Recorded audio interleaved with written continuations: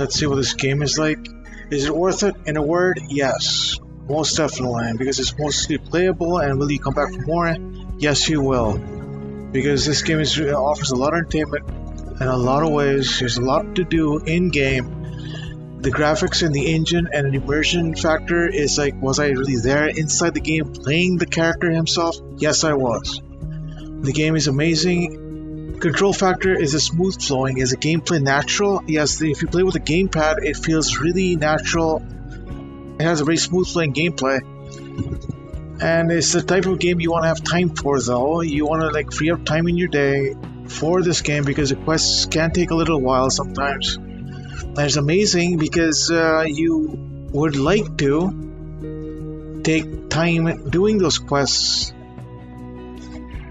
The story is really elaborate. It goes on and on and on. It's nice. It's time consuming, which is nice too because like you want to have a game that gives you depth and an experience you want to remember.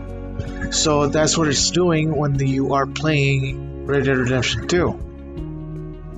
The game is set in the American colonial days, as everybody probably knows, because I'm sure you're checking out YouTube videos on the game before you buy it.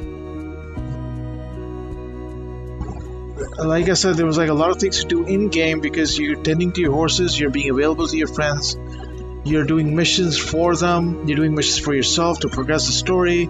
There's a lot of side missions, and what I find really therapeutic in the game is actually going to a lake, sitting down, going to a lake and just standing there fishing. When you're fishing, it's a really relaxing experience in itself too. It's not to be confused with this online version. There's like two versions of the game. There's a story mode and then there's the online version, where you get to meet and play with other players in the online version, and you have a totally different character though.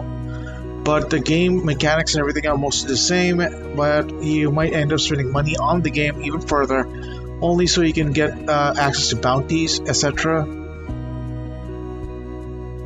And yes, it is definitely worth it. It's worth the money that you're going to dish out for this game. It's very detailed. It's very detailed, and you can practically do anything you can do in this game that you can think of that you would normally do in a colonial setting, as it were, in the early America days. The playability of the game is, yes, you'll come back for more. There's always something to do. Clearly, well, at least until you finish the game. It's worth a couple of more playthroughs just to enjoy the scenery. The scenery is beautiful in this game. It's really worth it, and something that you would really like to replay time and time again, because I really enjoyed being in game. It's got beautiful scenery and it's got beautiful graphics. I have a 1060 GTX graphics card and it works beautifully. It runs alright. All in all, at the end of the day, I think this game is worth the money you're going to dish out for it. And it's something that you should really pay attention to because the story is worth it, as it were.